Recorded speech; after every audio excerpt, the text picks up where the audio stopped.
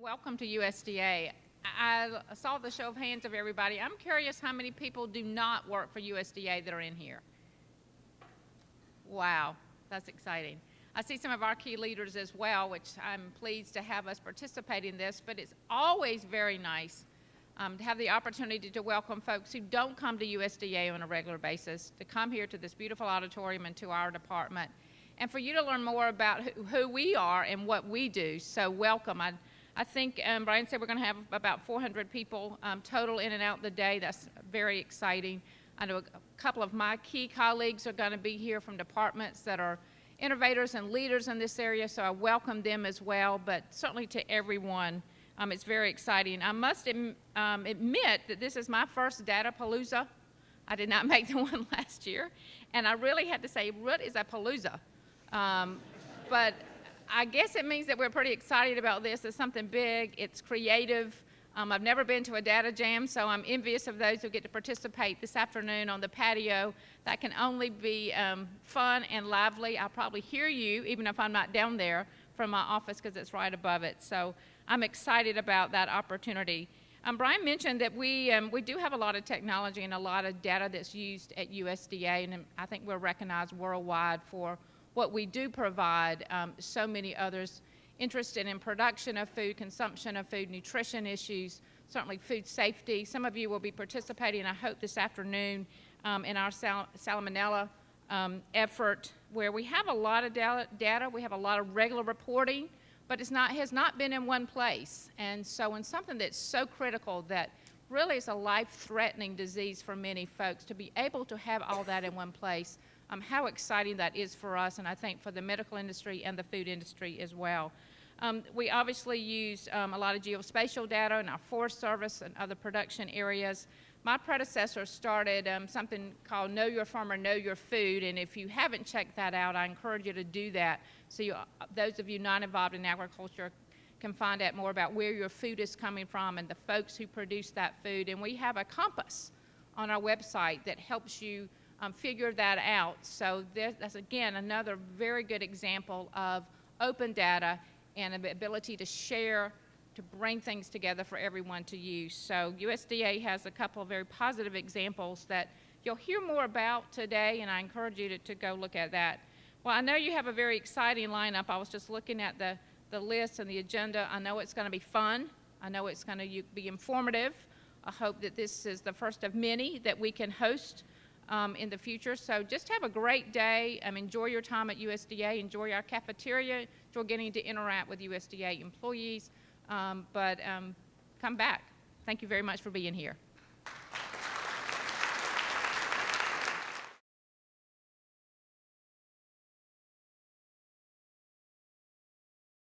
Good morning, all. Brian is certainly telling the truth about me being a convert, but with the expert leadership from the White House and CTO Todd Park, Brian, and their team, it makes it quite easy.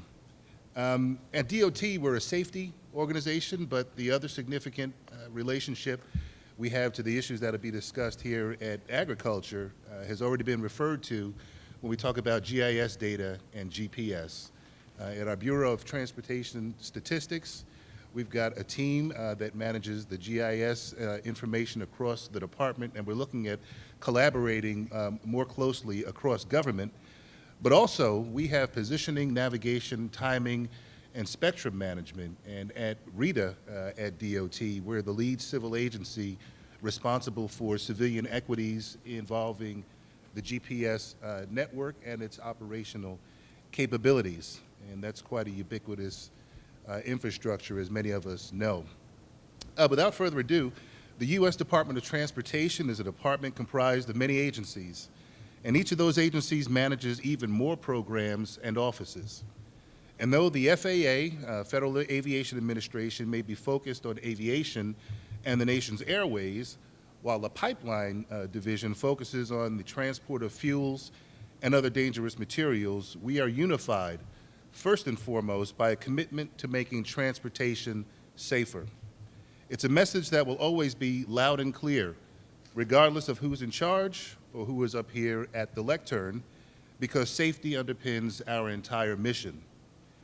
If I were to throw out a rhetorical why when it comes to making transportation safety our top priority, it's a safe bet that the first answer would be, or the first answer that would come to mind is also the most obvious. We want to prevent the loss of life and prevent life-changing injuries. It may be obvious, but it's no less powerful. For losing a loved one unexpectedly is traumatizing and tragic. For their families, for those who may have witnessed it, for the first responders at the scene, and in some cases, for the community at whole. However, transportation safety is not something that operates in a vacuum. Vehicle crashes, hazardous material spills, or the confluence of the system and nature itself aren't events quarantined from the rest of reality. Transportation safety is inextricably linked to every element of America's transportation system and infrastructure. If our businesses and industries didn't have the confidence that their supply chains existed in an environment where drivers or operators and vehicles can transport products and materials at an acceptable risk for loss of life or property, it would be devastating to the economy. And this confidence is not just tied to the system itself. In the condition of our roads, rail, bridges, and the millions of vehicles traversing them, but how to respond when safety is threatened. This linkage can be applied to quality of life, our livelihood, and cultural enrichment. For example, safe public transit networks expand access to jobs and essential services such as healthcare to our communities regardless of its demographic characteristics. Again, beyond the logistics involved, transit achieves this by virtually eliminating the element of uncertainty or the risk for the job seeker or healthcare consumer. A safe transportation system minimizes disruptions in the immediate term by its capability to respond to emergencies, and in the far term through measures that address the material, statutory, and decision-making risks that threaten our confidence in the ability to get from point A to point B without a pervasive sense of risk. Transportation in the United States has progressively moved toward higher and higher levels of safety through tried and true, albeit imperfect, formula of technological advancement, responsive regulatory action, enforcement, improving system management, and public acceptance of safer practices. It's no coincidence that many of this country's greatest periods of economic expansion, of economic mobility, occurred after major transportation advancements. Think back to the Pony Express and how that liberated the country's ability to communicate coast to coast in a shorter time span, or the steam locomotive that connected the East and West Coast and brought in a new era of transit and freight, and the federal interstate highway system, the model for the world. All of this adds up to give further meaning to the question, why is safety this country's first priority when it comes to transportation? But asking why doesn't explain how we got here or what we need to do as an agency, as a country, to maintain and then improve upon a formula that's been so successful. But the answer is data. Sure, our capacity and understanding of how to collect good data, analyze, and then use it has changed significantly since 1776, but the data itself is unchanged. It's the DNA of cause and effect, the language of science, and science as the lifeblood of research and development. And without R&D, the innovations of the greatest thinkers in industry, academia, and government wouldn't have, well, you get the idea. Whether talking about transportation issues or looking for studs in a wall, data tells us what the problem is, where it is, how badly it really is, and how bad it could get, and crucially provides a starting point for finding the right solution. But just knowing data is out there and throwing out some kind of information dragnet to catch everything that stumbles in its way is pointless. And from an administrative perspective, a waste of valuable taxpayer resources. The accessibility and quality of data and how we transform it into actionable information is vital to not just informing sound transportation policies and investments, it's vital to any developer who wants to use it to give life to a great idea.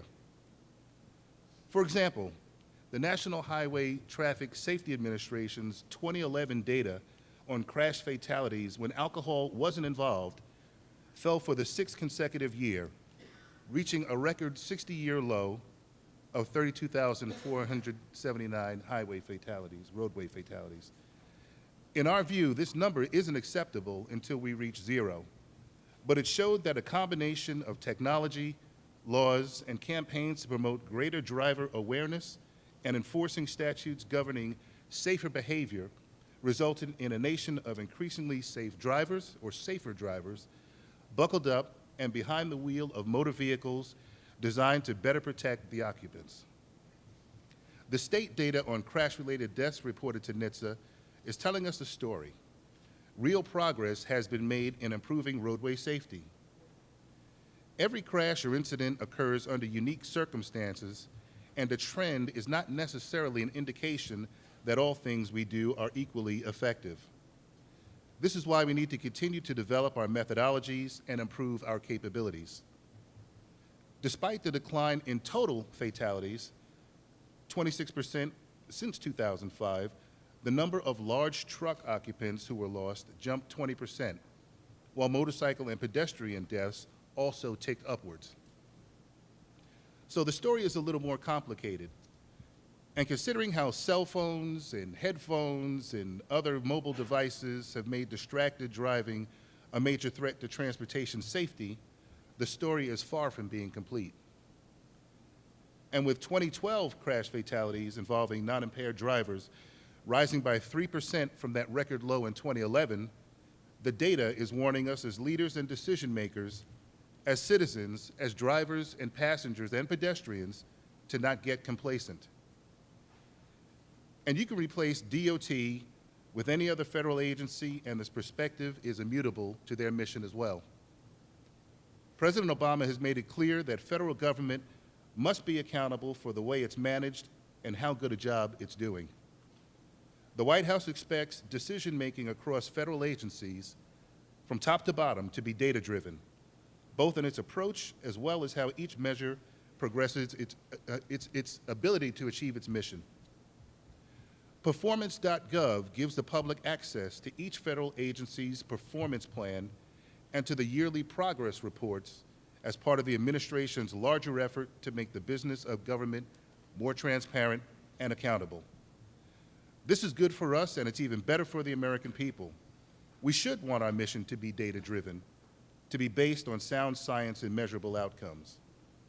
At DOT, if we weren't committed to using data to inform decision-making and finding ways to improve the quality and quantity of relevant data across our modal administrations and in the transportation community writ large, we wouldn't just be wasting tax dollars, the cost would be measured in lives lost.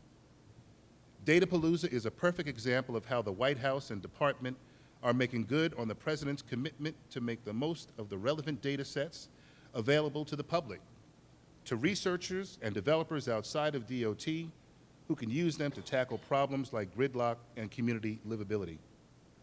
The goal of the department is to make transportation safer and better for all Americans, and ensuring that the best data is accessible and available in a way that supports cooperative research, development, and innovation, extends our effort to thought leaders, entrepreneurs across the nation. So with that, I think is an appropriate time for us to continue this fantastic program and hear from the wonderful innovators and thought leaders here assembled in this room. And in closing, I will ask if you give yourselves a round of applause for making the effort and taking the initiative to visit us here in Washington. Thanks so much.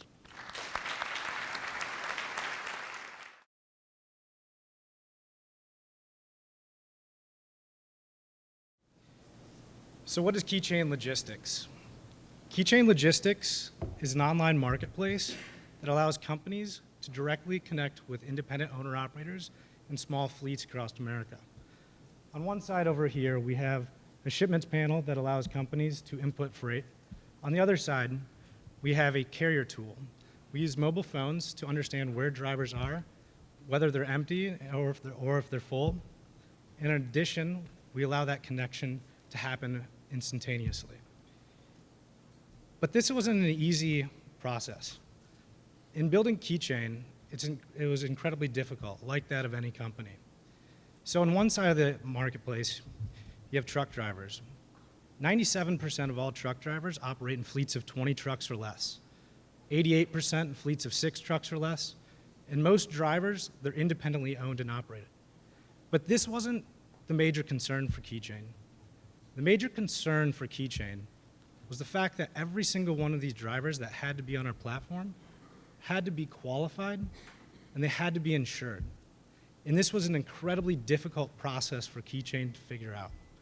We had to manually contact each individual driver. But then we were introduced to the Department of Transportation and the Federal Motor Carrier Safety Administration. In these connections that we made with both the Department of Transportation and the Federal Motor Carrier Safety Administration, we were able to understand that they had data on these qualified drivers. So Keychain was able to ingest this data to understand if these drivers were qualified or if they were not qualified that came onto our platform. That process, which was very manual, became a very automated process for us. So we cross-referenced data that drivers freely gave to us in fleets with the data that was being provided to us by the Federal Motor Carrier Safety Administration, as well as the Department of Transportation. This is a map of Keychain drivers across the country. And it looks to me that I chose 2 poor colors to illustrate this.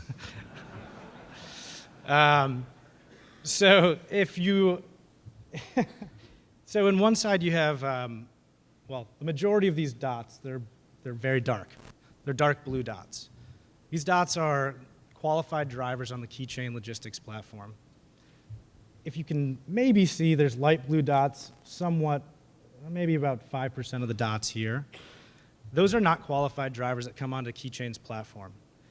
Now those dots, those light blue ones, that's the manual approach that Keychain logistics team now has to take in order to verify if these drivers are qualified or not.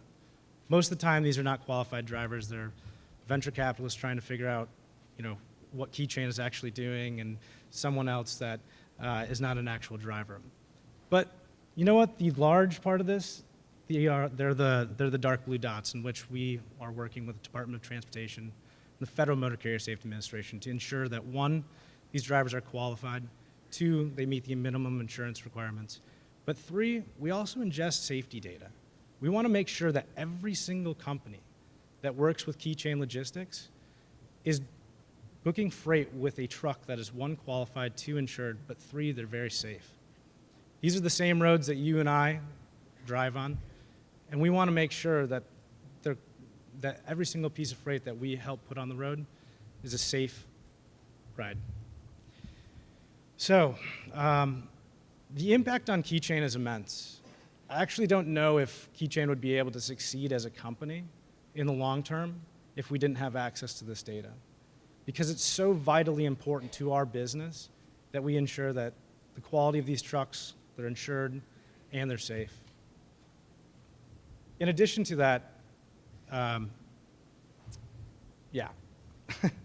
so one other component to this is that I'd like to share with you is determining equipment type.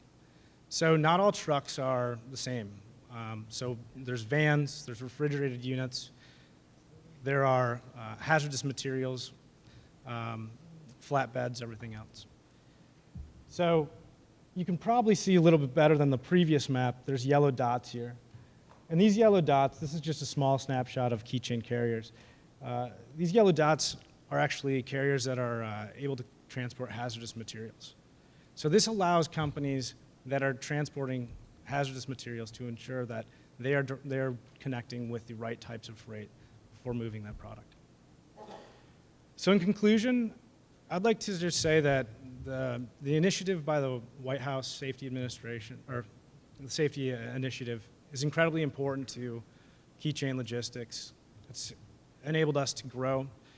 We're now, in the past 18 months, it's grown from myself to 8 awesome employees. We've been able to raise venture capital, around $2.5 million, from great private individuals who've had a track record of building successful technology companies, as well as institutional investors. We might not have been able to build this company, but we are certainly able to thrive now. And it's incredibly important that this type of initiative is not only helpful to Keychain Logistics, but every other company in the private sector as well. It helps build the economy. So in conclusion, I'd love to say thank you very much to the White House for conducting this event. It's an honor to be here. And the Data.gov team, as well as the Department of Transportation, the Federal Motor Carrier Safety Administration, for their continued help, their continued support, and being a part of this. So thank you, everybody.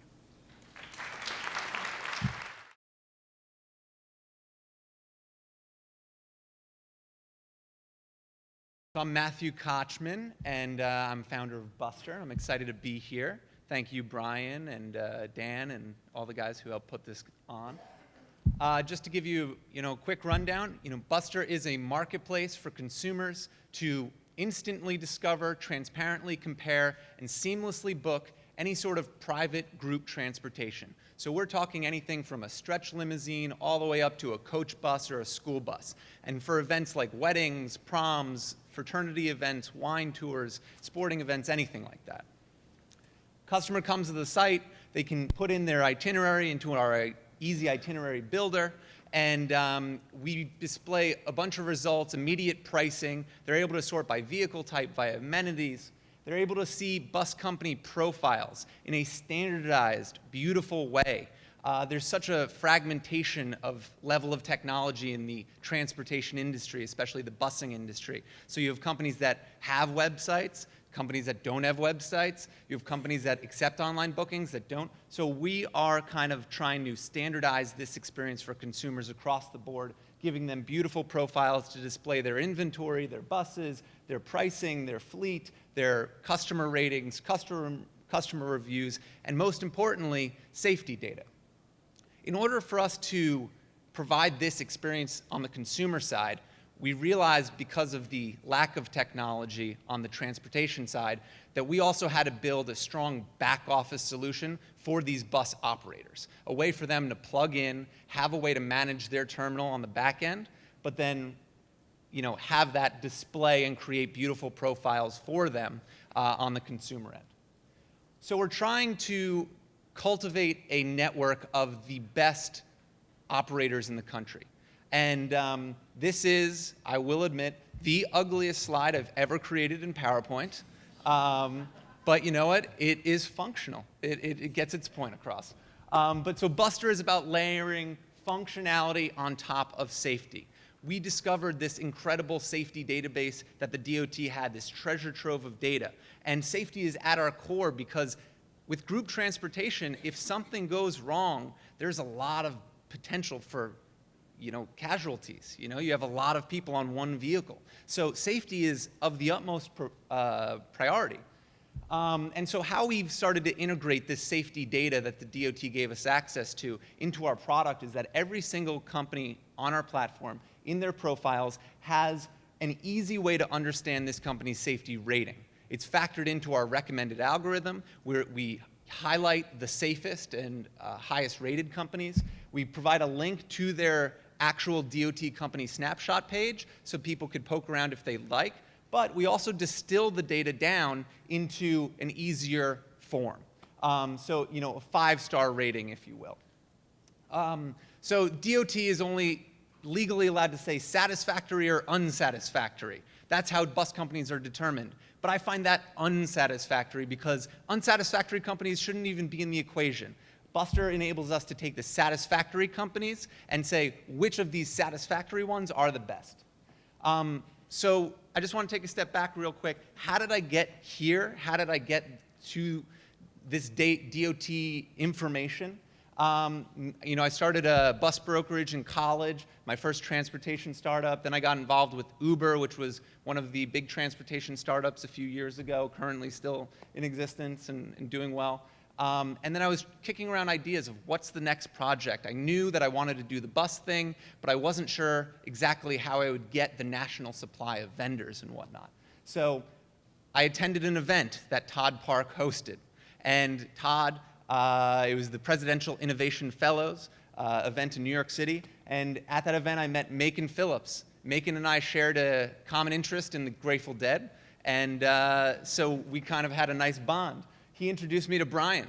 And then Brian introduced me to Dan Morgan and Joe Strang at DOT and 7 other wonderful people who were like, you're an entrepreneur, we have data, we want to help you in any way possible.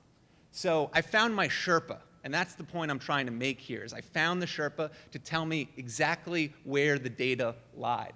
And so, you know, I'm not going to go into the 4 types of entrepreneurs because I'm getting rushed here, but the available for questions is not the same as sparking innovation. It's not. You know, like, we need to be a little more proactive with getting these data sets into the hands of entrepreneurs and letting them know how to use them. Because I didn't know where to find this database. I didn't know where to find it, and I was looking for it. And it wasn't until I found my Sherpa that I was able to do these things. So we need to scale the Sherpa. Lastly, I'll end with this, is our developers have produced an open source Ruby gem up on GitHub. We've put it live today so that everyone can access kind of our cheat sheet, or how to really decipher the Safer Bus API. So with that, thank you, and talk to you guys later.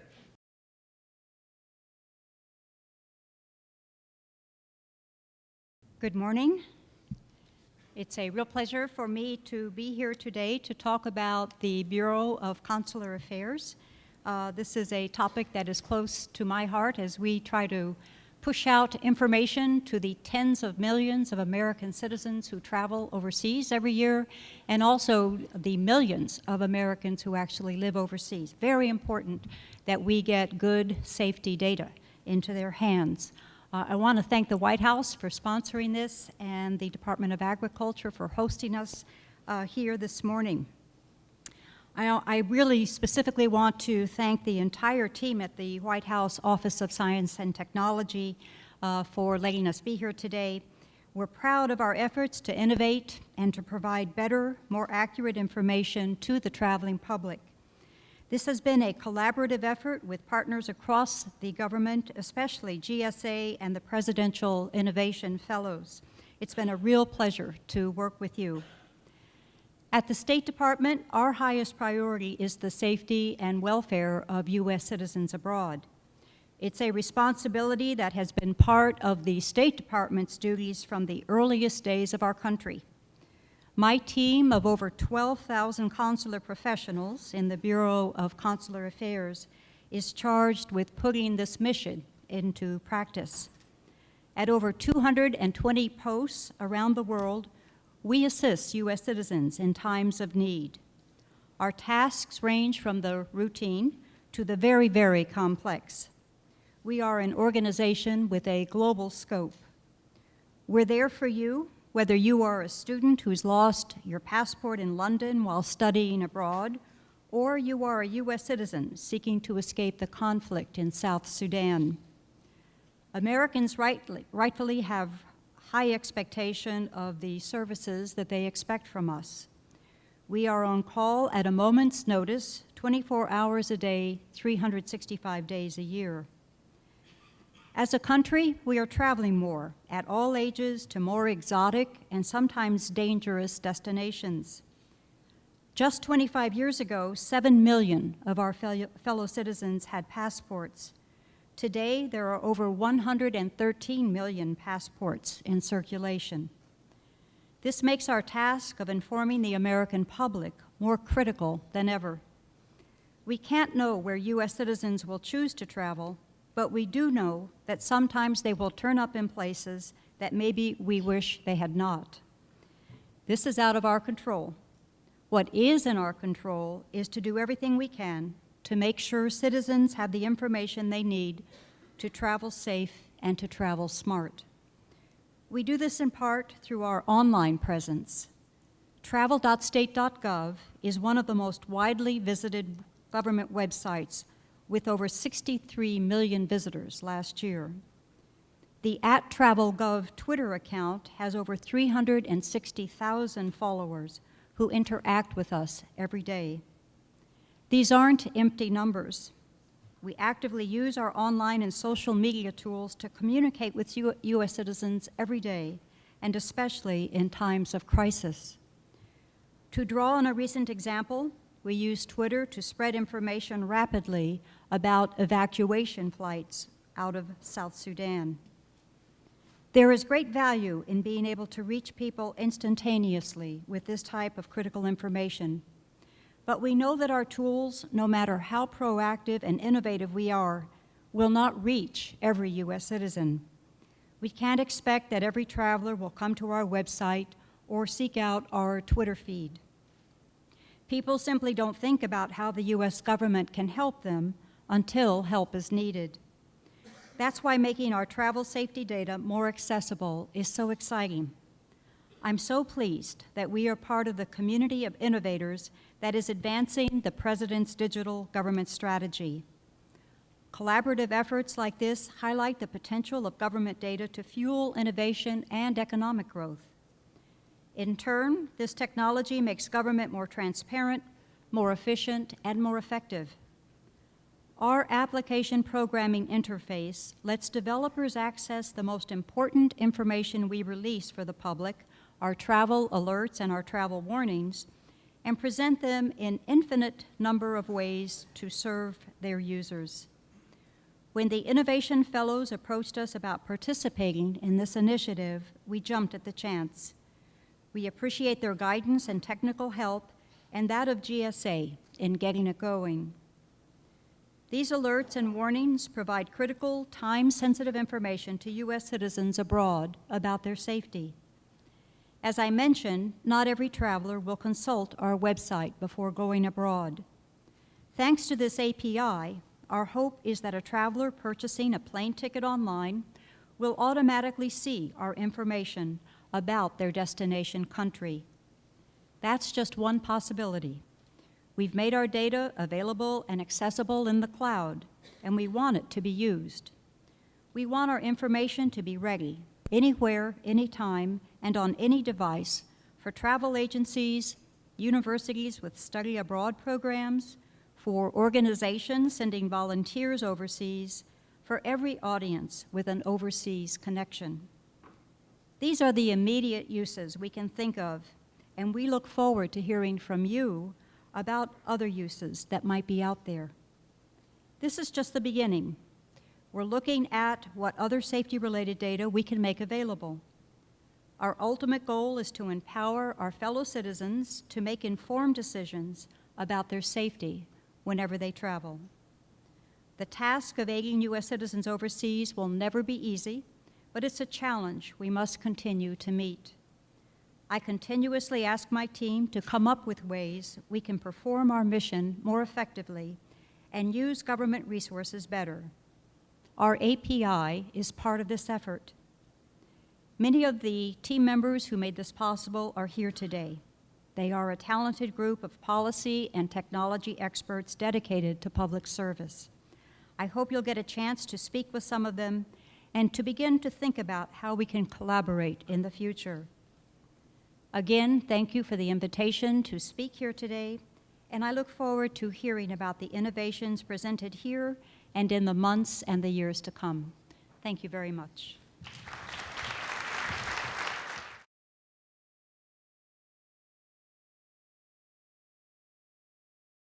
It's really a pleasure to be here, and I want to thank Brian and Todd Park for the opportunity to highlight CPSC's efforts to use open data and innovation as a means to advance consumer safety. And I also want to say to my colleagues from all the federal agencies, I'm so pleased to join you, and I do want to thank Deputy Secretary Hardin and all the great employees at the Department of Agriculture for being such gracious hosts.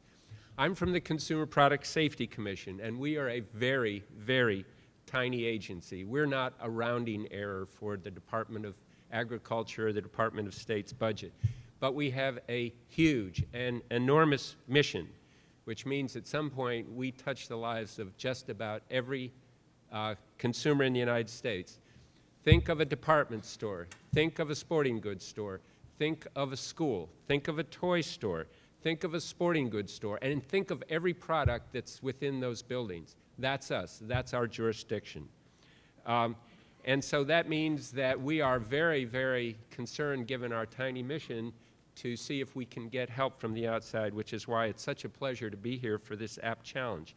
The challenge that I have the pleasure of announcing today is tied to CPSC's database of harmful consumer products found at our website, saferproducts.gov. Safer Products, one word.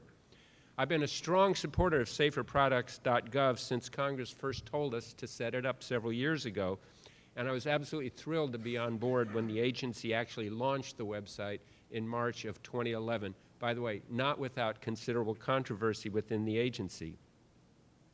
I believe in an open, transparent, and helpful government. I suspect most of us do today. And our launching of saferproducts.gov was probably the most significant open government initiative at the CPSC in decades. For the first time, really, in 40 years, the public now has open access. We have a restrictive statute. And what Congress did in 2008 was to expand access to the public to find out reports that consumers have filed with us, reports of harm, consumer complaints, with the Consumer Product Safety Commission. And I think you can figure out why this is so important. So let me just ask you to consider the following. A parent goes out to find its child caught in a stroller, either a digit caught in a stroller or a child choking in the stroller. Or think of a consumer who wakes up in the middle of the night to find one of their kitchen appliances unexpectedly on fire. Or think of a parent and the horror of a parent watching a child play with a toy and suddenly a small part of the toy breaks off and the child begins gagging and choking. Wouldn't they and wouldn't you, if you were in those circumstances, like to know what happened? Wouldn't it be important to know what safety issues consumers have with the products that they own or the products that they're about to purchase? And don't you think that your government has an obligation to share this information with you? We at the CPSC think you should know about the products you buy. We strongly believe that an informed consumer is an empowered consumer. And our website, saferproducts.gov, is empowering consumers with open and now easily accessible data. Today, you can log on to our website and view more than 17,000 reports of harm or potential harm that consumers have filed with us. And since the launch about 3 years ago, we now get about 200,000 visits to the site each month, which may not impress you all, but it's a huge leap for us. They're respectable figures, but we think we can do better, and we hope that you will help us do better. So today, we're launching a saferproducts.gov app challenge. The reason's simple. We want more consumers to know about saferproduct.gov. We want more visits and views of our incident reports, and it's important, we want more consumers to report incidents they've had of harm to the Consumer Product Safety Commission. So this is where you all come in. You're the innovators, you're the designers, you're the developers of great apps, and we want you to be part of our challenge, and we want you to win our challenge. The biggest reward, frankly, is saving lives and avoiding injuries. That's not an exaggeration. By participating in our challenge, you can dramatically advance product safety in this country.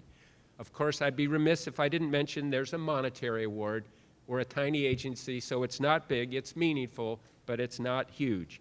The contest is going to run until April 28, and we're aiming for late June to have the winners selected. And we've got 4 categories to spark creativity. First, best mashup with online auction sales. Second, best mashup with online product reviews.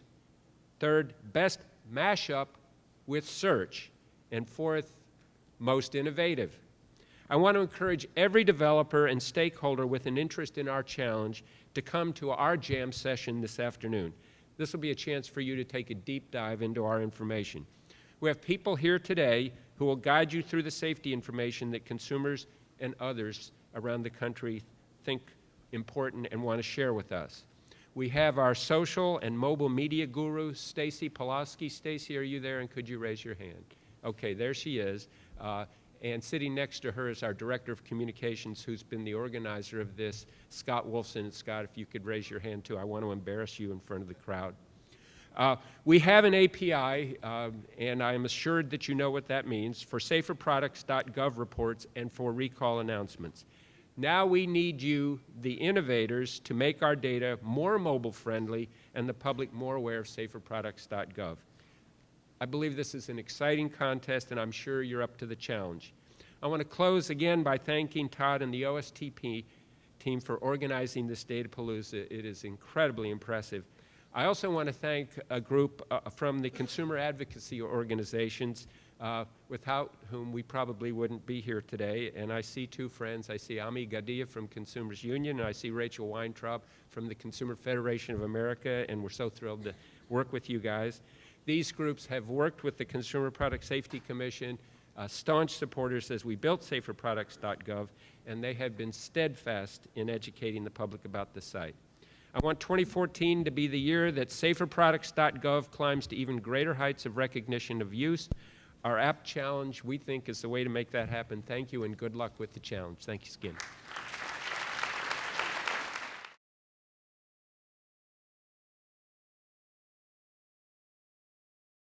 Good morning, everybody. It's great to be at Safety Datapalooza with this large group of paloozers. No, that can't be right.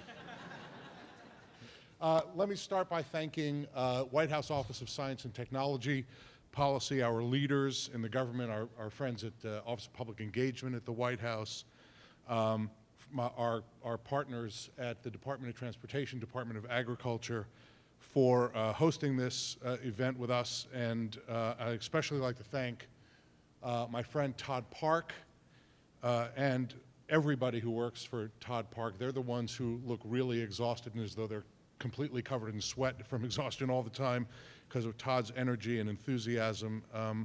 It's not just, they don't just get credit for today's event, they get credit for changing the culture in the federal government around technology and experimentation and innovation. They've really led the way, and Todd personally has led the way, both first at HHS and now at the White House. So, my introducer didn't mention this, but tomorrow is my very last day as Deputy Secretary of Labor. Today, this speech is my very last public presentation, other than at my going away party, as Deputy Secretary of Labor. I don't say that simply because we'll be handing out rate sheets for my fees after I leave the government, but also to show you how deeply personally committed I am and how deeply committed the Labor Department is to not just open data, but to innovation and the use of technology to help us get our mission accomplished, that this is where I want to end my time as Deputy Secretary, where we began it, which is trying to improve the performance of government and improve the performance particularly of the Labor Department. As I leave the government, I've had the opportunity to reflect a little bit on the progress both of the department and the administration over the last 5 years, and how my experience in this time period compares with the 6.5 years I spent at the Labor Department under the Clinton administration in the 1990s. And one of the areas in which progress has been both undeniable and I think most rapid, at least by government standards, is our adoption of new types of technology. You wouldn't believe that reading the headlines over the last 3 months, but that actually is true. But it's not just the types of technology that we've adopted, but there's been a shift in culture. We've changed the idea about the role that technology and developers and outside partners can play in helping government to deliver information and educate and engage the public in carrying out the mission of government departments and agencies. And Todd, as I said, Todd and his team have been absolutely critical to that endeavor. They've pushed agencies, including mine, to make more data available to the public, to think creatively about how we might deliver that data to the public in usable formats, and to seek out new ways not only to share data, but to liberate data. After all, it's the public's data. So if we give it to the public, the hope is that the public will find creative ways to use that data and help us carry out our missions. And that means, let me just say, that I have no interest, and I think this is true across the government, we have no interest merely in liberating data for its own sake. We liberate data because it allows the public to help us do our job better. It allows them to hold us accountable. And it allows them to help us come up with innovative ways of changing public behavior in ways that are going to actually make society a better place and make the lives of working families, in our case, making the lives of working families better. And it's because we've been able to not just undertake those efforts, but attract into government people who are really passionate and smart and thoughtful about this endeavor. Folks like the Chief Innovation Officer at the U.S. Department of Labor, Javier Hughes, who you've all just met. They've empowered our agencies, and Todd and others have empowered our Chief Innovation Officers to push folks in government who, let me just say, much as I love them, sometimes get entrenched in the way they ordinarily do business, especially when it comes to government data. They've empowered us to rethink the way we share our data and to work around or over or under or to ignore sometimes legal obstacles and hurdles that in order to be able to create a federal government that's responsive to the needs and expectations of 21st century citizens. So here I am on my penultimate day as the Deputy Secretary of Labor, and I have the opportunity to announce yet another, and it's not the first, it's the umpty-umpth challenge from the U.S. Department of Labor, in this case an initiative from the Labor Department's Occupational Safety and Health Administration that embodies the progress we've experienced in this area. And that we're calling this challenge OSHA's North Star Proposal. Let me just pause for a second to say, I tried to tweet at you all earlier today. I don't know if you got it. I don't think there's internet in this room, or at least my phone is too cheap to be able to get internet. But live tweet what I'm about to tell you, because we want to get it out to the community. I'm not going to be subtle about it. Live tweet me. Hashtag live tweet me. That's what I said in my tweet. So here you go. OSHA's North Star Proposal. I don't see people with phones out. Hold up your phone, for Christ's sakes. Hold it up. That's only about a third of the room. What are the rest of you in the aughts of 2000? Come on. All right, here we go. OSHA's North Star Proposal. Every year, 30 million people in the U.S. are exposed to hazardous noise in their jobs. Noise-related hearing loss has been one of the most prevalent occupational health concerns for more than 2 decades. In the last 10 years, the Bureau of Labor Statistics reports that nearly 125,000 workers have suffered significant permanent hearing loss. In 2009, that number was 21,000 workers in a single year suffered permanent significant hearing loss. As our workforce continues to age, there are reasons to believe these trends may accelerate. And this isn't just about the workers who are going to suffer permanent damage. If you have ever walked on a factory floor or near a construction site, and you have that feeling where your ears are stuffed up or they are ringing after you've left the site, you're getting a tiny taste of what a worker who's exposed to that sound for 8 hours or 10 hours or 12 hours is experiencing. So for a long time now, OSHA has set legal limits on noise exposure in the workplace. And the National Institute, our partners at the National Institute for Occupational Safety and Health, which is part of HHS, have augmented those efforts. So our goal, our North Star, hence the name, is to reduce noise-related permanent hearing loss. But OSHA can't be in every workplace across the United States with a decibel meter every day, nor do we want them to be. There are many, many, many other occupational health and safety issues that we have to address, and we have a tiny core of investigators covering, with our state partners, 7.5 million workplaces in the United States. The agency conducts, with its state partners, about 90,000 inspections a year. 90,000 out of 7.5 million workplaces. It gives you a sense of the scope of the challenge that we're experiencing. So we believe there's another way to go.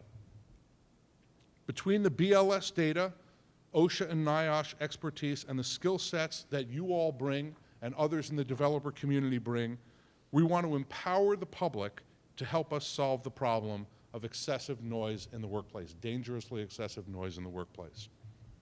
So we're launching a proposal for a workplace noise app.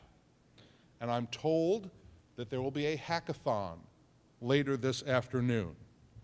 OSHA will publish a set of requirements, give you access to the data and their expertise, and we're going to set coders loose to create the app that we believe will best enable workers to avoid hazardous levels of workplace noise. How do we know it's going to work? Well, because we've done it before at the Labor Department. In the last several years, we've developed multiple applications that use Labor Department data to solve problems that we don't have the resources to solve alone. The most recent example is our Fair Labor Data Challenge, and you're going to hear more about the results of that challenge in just a minute. Using OSHA and wage and hour data about safety and wage violations in the workplace, we facilitated the creation of several applications that allow consumers to make informed decisions about the businesses they patronize based on how those businesses treat their workers. If you don't want to spend your money in a workplace that cheats its workers out of the minimum wage or overtime, or that puts them at risk of safety and health violations, then you can use these apps to figure out where to shop. So in a second, I'm going to turn it over to Catherine Champagne, who's going to introduce you to LaborSite, which was the winning application for that contest. But here's what they've done. Instead of undertaking a costly regulatory strategy, we launched a challenge. We invited the developer community in, gave them parameters and data, and set them loose, and we ended up creating a Yelp for workplace labor violations. And let me just say, that doesn't really do it justice. I'm going to let Catherine in just a second tell you a little more. For a 21st century government to be nimble, adaptive, and responsive enough to serve and engage its citizens in the way they expect and deserve, we have to rethink our approach. And you all need to help us to do it. It may sound small, but it's a change. And government doesn't change easily. Talking about change is easy. Effecting change is very hard. And we need help. But we can do a better job at the Labor Department and across government if you will help.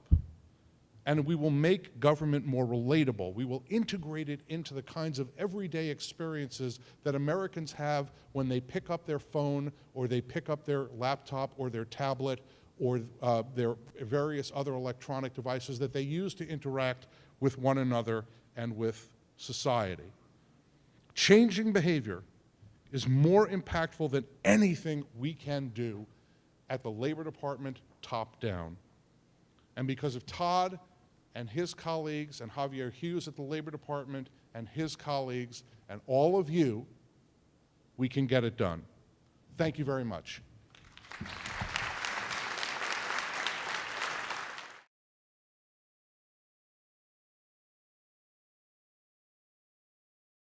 Hi, everyone. My name is Catherine Champagne, and I'm so happy to be here to tell you guys about the story of LaborSite. It's an app that helps people discover which businesses are violating labor laws in their neighborhood. And I'm going to take you through the creation of the app, where it is today, and where we hope for it to be in the future. So first and foremost, I'm going to introduce you to Team LaborSite. This is myself, Mark Baxmeyer, and Priya Matthew, who's in the audience today. Priya, if you want to give a little shout, I'm so happy she could be here too. And the three of us, believe it or not, aren't the most experienced developers in the world. We met and started developing together as a final project at a code boot camp called Dev Boot Camp. We spent 9 weeks and over 1,000 hours learning to program together in Chicago. And one thing that this boot camp really impressed upon us is that we have a responsibility as developers to create beautiful and meaningful things. And so when we were brainstorming ideas, what should we do for this final project, there was no clear answer to us than to try and solve a civic challenge using open government data. And where's the first place to look for something like that? challenge.gov. I'm sure you guys are all familiar with what the website is. It empowers federal agencies to help get innovators to solve problems with them by offering incentives and prizes. We found the Fair Labor Data Challenge on challenge.gov, and we're really compelled by the problem it put forth. So basically, to lay it out for you guys, on average per year, there's about 30,000 concluded cases investigated by the Wage and Hour Division. That amounts to just above $200 million in back wages collected for about 25,000 employees. So that's a lot of time, resources, people, and money. The Department of Labor does a great job of investigating these cases, of finding them and prosecuting violators, but it is hard, it's challenging for people to action on that information. More simply, or more practically put, our challenge was to take this giant table of data and make it actionable, thought-provoking, and readable, something that people could use to inform their decisions. With this problem in front of us, we set out with 3 basic goals for our app to be. First and foremost, we wanted to focus on the idea of fair labor as a local problem. I think so often, when people talk about labor issues, their mind immediately jumps to a Nike sweatshop or a Foxconn. But we wanted to make sure that our app showed that labor issues are very much a local issue and something that even happens right in their own backyards. We wanted to make sure our app could help create conscious consumers and job seekers so that people were wise about where they spent their time and where they spend their money. And last but not least, we wanted our app to expose and reduce labor violations. With all those goals in mind, this is our app. We recreated this app. Right away, this is the landing page, and we really wanted to drive home that local point by using geolocation. So the browser will find where you are and immediately show you results based on your area. And in that vein as well, we also have a grading system, and you immediately see upon the first visit to the page your neighborhood's grade. So you can kind of already get a feel for how your neighborhood is doing in terms of fair labor. As you move around and you zoom through the map, you can click on pins and explore different businesses. And we really felt it was important to make this data easy to digest and really quick for someone to pick up, much unlike that table you saw earlier. And that was kind of the origin of our grading system. It takes into account things like whether or not people are repeat and willful violators and weights that and gives a really quick and easy way to find out just the severity and scope of the wage and hour violations. Then when you click through the pin, you're taken to a company page with 3 main parts. The first part of this is the raw data. We did feel like that was important to expose. It's really, that needed to be accessible for people.